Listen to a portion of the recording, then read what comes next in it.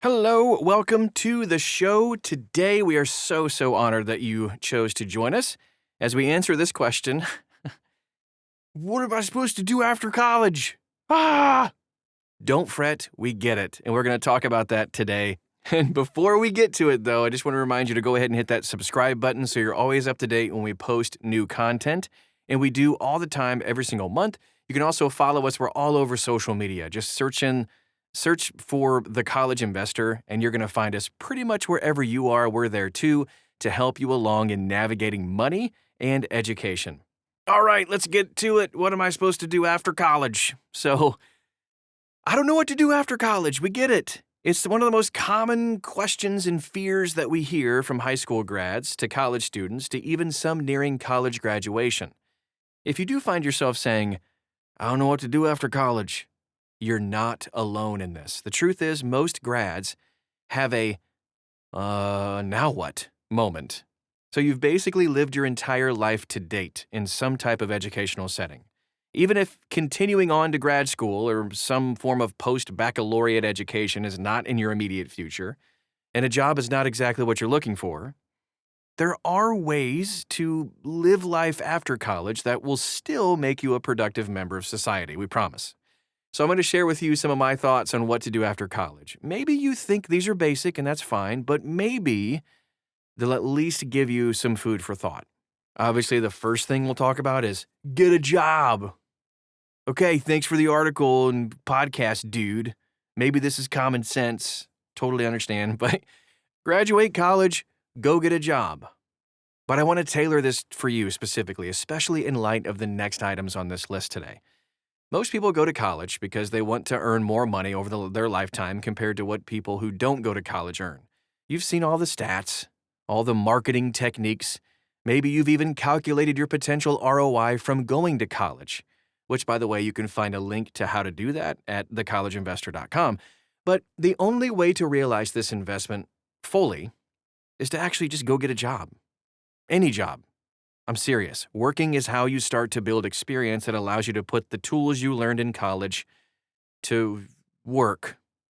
So if you fail to work, you risk becoming overeducated and underemployed. It's actually a pretty big issue for people that go to graduate school without working. So if you don't know what you want to be when you grow up, that's okay. It really is. Just start exploring jobs and careers, and it's okay to bounce around a little bit.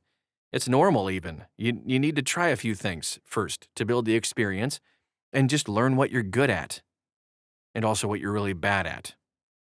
Okay, and then the next thing on our list is go to graduate school. There's just not a lot of great data on how many students immediately graduate from college and then go to grad school, but there is at least some data that shows that 34% of bachelor's degree recipients do enroll in graduate school within 4 years of graduation. For some career paths, you have to.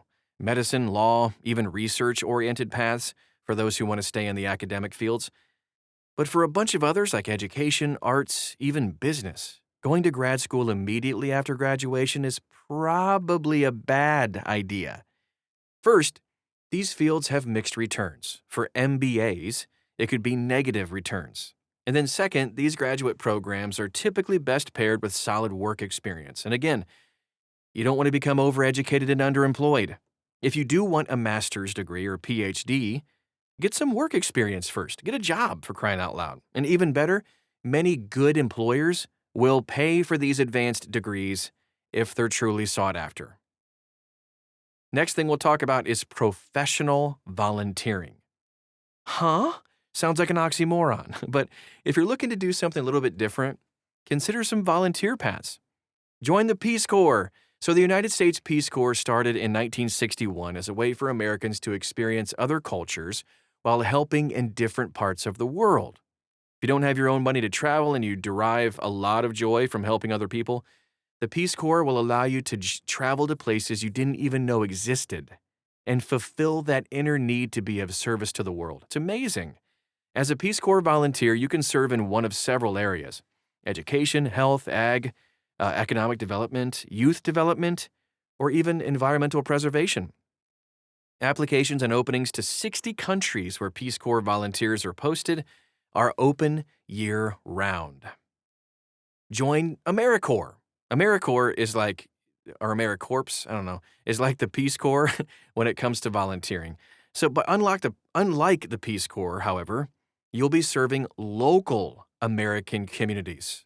You can click to find out more on how to join AmeriCorps at thecollegeinvestor.com. We have a link right inside this article.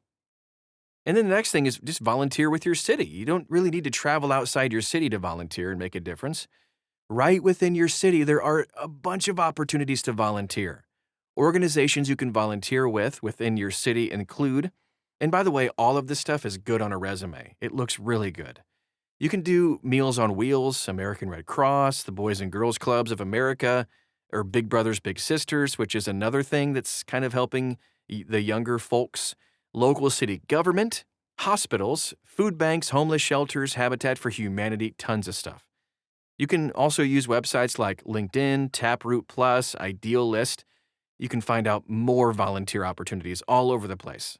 Now, of course, these are volunteer opportunities which pay nothing, usually, or if they do, they pay very little, so you're going to need to have some financial support while serving in these volunteer roles. Consider moving. That's next on our list. So after school, it can be tough to know where you're going to land. But you should consider moving, in at least a couple of ways. Moving home. Moving back home doesn't sound very exciting, I know, but it can be a huge financial springboard for your future if you can live with your parents just for a few more years after graduation. Make a plan to make some goals with your parents. While you work full-time, you can save a ton of cash and then launch yourself to success by your mid-20s. No joke. Not everyone has this opportunity, but if it does work for you, take advantage of it. Yeah, you might be judged a bit, but others will also judge you when you're able to buy your first house at 28 years old with cash because you were able to save so much money. Moving for work opportunities. Let's take a look at this one. So maybe you don't have a specific job lined up exactly when you graduate, but you kind of know what you want to do and where you want to be. It can be scary, but now is the time to take that action. Not 2 to 3 years, when you may have settled with something else. If you want to work in banking, move to New York. TV, film, LA. Country music or radio, Nashville. You kind of get the idea, right? If you have a dream, shoot your shot right when you graduate. You have the least to lose if things don't work out. Moving abroad. If you're still looking for ways to find perspective in life, consider living and working a little bit abroad. There are a lot of places that you can live, explore, and even work when you're fresh out of college. For example, you could teach English abroad or volunteer. These paths can allow you to explore while also gaining experience and knowledge, and it looks so good on a resume. You can join the military. All right, joining the military as a college grad usually is going to put you at a higher ranking, which means better pay and benefits, than if you join right out of high school. The great thing about the military is that it has several arms you can enlist in: Air Force, Navy, Marine Corps, Army, and even Coast Guard. Each of these arms of the military will have physical and age requirements that most college grads meet, so you're more likely to be able to join. There are some educational benefits, too, that come with joining the military. So if later on you decided to go to medical school, for instance, you could receive help for that. Start your own business. So having a source of income doesn't always have to involve a job. On this blog and podcasts, there are several posts and audio portions of those posts on starting your own side hustle or even your full-on business. Most of the time, people think of starting a business as some Herculean task that will involve them coming up with some groundbreaking idea and getting rounds of funding from angel investors. That's one way of starting a business, for sure. There is another way of starting a business where you provide a service people need and get paid for it. Freelancing as a writer, web designer, graphic designer are all legitimate ways people make a living, even doing voiceovers. It's a very good way to make a living. And it's low barrier of entry. A couple $100 and you're in. Okay, now let's talk about that side hustle. Your day job doesn't have to be everything you do to earn money. In fact, starting a side hustle can be rewarding. I turned my side hustle into a multi-six-figure business, and I work in my garage. It's so both in terms of income and also satisfaction. It's amazing. I'm 10 steps from my family. When it comes to having a hobby, making money is a great hobby. And there are a lot of ways to do this. Airbnb lets you rent out your couch. Uber and Lyft allow you to give people rides and get paid. If you like pet sitting, Rover is amazing. I've done that before. And it will become your new favorite go-to app. These money-making apps are just the tip of the iceberg when it comes to gig economy. And they help you get the bills paid while you figure out what you even want to do when you grow up. You can check out 20 high-paying side hustles. We got a link inside this article at thecollegeinvestor.com. Travel. If you have a stable income, source of income, I should say, that allows you to work from anywhere, like freelancing, you could travel to places you want to visit. As I mentioned before, travel will introduce you to other cultures, give you a fresh perspective, might even spark an idea of what your next step after college should be. Even if you're working a full-time job, the act of planning future travel can be fulfilling, right? Start planning your first big trip as a graduate now so you can start building excitement. And then learn a trade. This is the last thing we'll talk about today. If graduating from college has you wondering what to do next, could it be that you're discouraged by how difficult it is to find a job in your field? A lot of people do. If you can't find a job in your field or you can't see yourself doing what you actually learned in school for the long haul, maybe you just need to learn a different trade. Community colleges and trade schools offer courses in areas like nursing, medical assisting, medical transcription, mechanic training, and plumbing.